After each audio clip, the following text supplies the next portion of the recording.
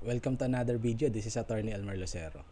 Ngayon naman po magkomento tayo kung paanong nakalaya or pinalaya ng korte itong si Neri Naig, na nababalitaan nating nakulong pero yung kanyang kaso supposed to be non-bailable. So, bakit siya pinalaya? Okay? So, alamin natin. And then magkomento tayo along the way. Laya na ang aktres at negosyanteng si Neri Naig Miranda matapos ibasura ng korte ang arrest warrant laban sa kanya. Ayon sa korte, kailangan ng panibagong preliminary investigation dahil nalabag ang karapatan niya sa due process. Balitang hatid ni June Veneracion. Nakataktasan ang ibalik sa Pasay City Jail female dormitory ang aktres at negosyanteng si Neri Naig matapos ang 5 araw sa ospital dahil sa medical evaluation. Pero ipinagutos ng korte na pakawalan na siya. Nang ma-verify ng Bureau of Jail Management and Penology na wala lang ibang warrant of arrest laban kay Neri Naig Miranda, pinalaya na siya at pinayagang makalabas ng ospital kung saan siya na-confine ng ilang araw. Kinumpirma rin ng abogado ni Neri na nakalabas na siya ng ospital. Sa bisa ng utos ni Acting Presiding Judge Ronald Augustan, ipinabasura ang warrant of arrest laban kay Neri na inisyu noong September 17, 2024. Hindi raw na ipagbigay alam kay Neri ang tungkol sa preliminary investigation ng Office of the City Prosecutor ng Pasay laban sa kanya. Bagamat nakapag-issue ng subpoena, naipadala raw ito sa maling address. Imbis na sa tunay na address ni Neri sa Alfonso, Cavite, sa Batangas ito isinilbi. Dahil hindi na notify ang aktres, malinaw na paglabag daw ito sa kanyang constitutional right to due process na nagpawalang bisa sa preliminary investigation ng Pasay City Prosecutor's Office. Inutusan din ng korte ang Office of the City Prosecutor ng Pasay na magsagawa ng bagong preliminary investigation kay Neri. Pero hindi pinagbigyan ng korte ang hiling ni Neri na iurong ang kaso. Sa pahayag na inilabas ng abogado ni Neri, nagpasalamat sila sa desisyon ng korte kung saan binigyang halaga ang kanyang constitutional right to due process. Ang muling So, constitutional right to due process, yun yung naging basis ng mga abogado ni Neri para i-quash or ipawalang bisa yung warrant of arrest against Neri Naig. Okay? So, dahil nga wala nang bisa yung kanyang arrest warrant, wala nang basis yung kanyang pagkakakulong, and therefore dapat siyang pakawalan. Ganun po yung nangyari. Hindi po siya nag-bail, quinash or pinawalang bisa yung kanyang arrest warrant. Kaya siya pinalaya.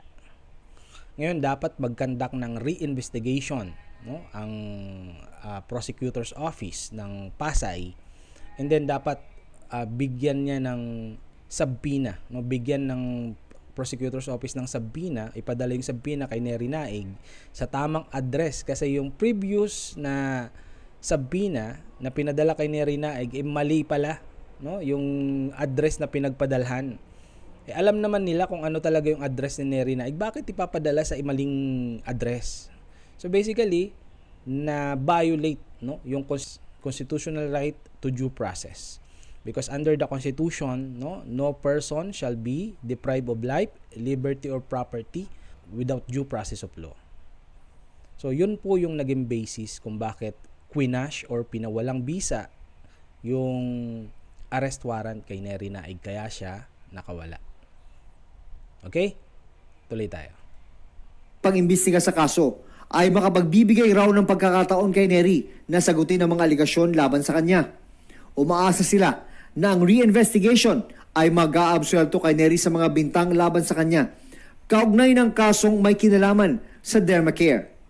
Ang desisyon ng korte, hindi kinagulat ng mga complainant ayon sa kanilang abogado. The facts remain na ganun pa rin naman yung kaso.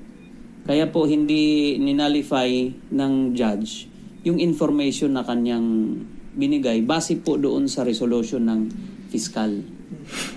June Veneracion, nagbabalita para sa GMA Integrated News. Okay, so yun So hindi naman na kinontra ng mga complainant or especially ng abogado ng mga complainant yung desisyon ng korte na i-quash yung warrant of arrest or ipawalang bisa yung warrant of arrest and mag-conduct ng re-investigation. or ng new preliminary investigation. So just a quick review, no? Before, ang preliminary investigation or the quantum of evidence is probable cause.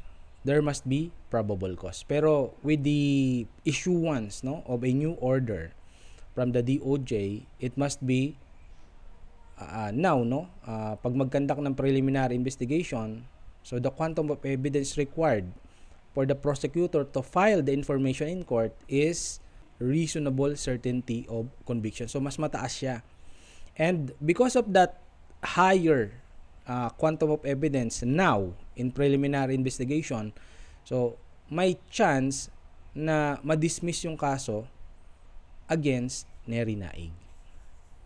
So kailangan makapag-produce yung prosecution, no? Yung prosecution ng reasonable certainty of conviction.